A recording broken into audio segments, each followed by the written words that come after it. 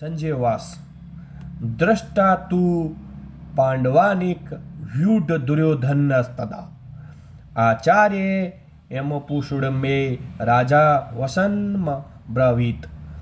संजय ने कहा, दृष्टा देखकर तू, लेकिन पांडव अनिकम पांडवों की सेना को, युद्धम व्यूर रचना को, दुर्योधन राजा दुर्योधन ने, तदा उस समय आचार्यम शिक्षक गुरु के, उपसड्यम पास जाकर राजा वसनम शब्द अब्रवीत कहा।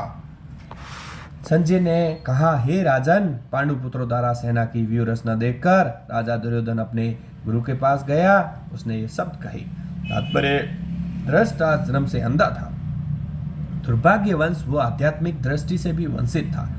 वो ये भी जानता था कि उसी के समान उसके पुत्र भी धर्म के मामले में अंधे हैं और विश्वास था कि पांडवों के साथ कभी भी समझौता नहीं कर पाएंगे, क्योंकि 500 पांडव जन्म से ही पवित्र थे। फिर भी उसे तीर्थ स्थान के प्रभाव के विषय में संदेह था। इसलिए संजय युद्ध भूमि की स्थिति के विषय में उसके प्रश्न के मंतव्य को समझ गया।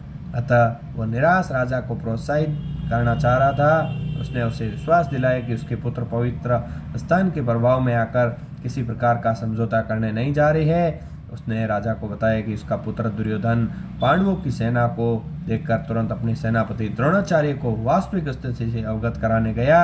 यद्यपि दुर्योधन को राजा कहकर संबोधित किया गया है, तो भी स्थिति की गंभीरता के कारण उसे सेनापति के पास जाना पड़ा।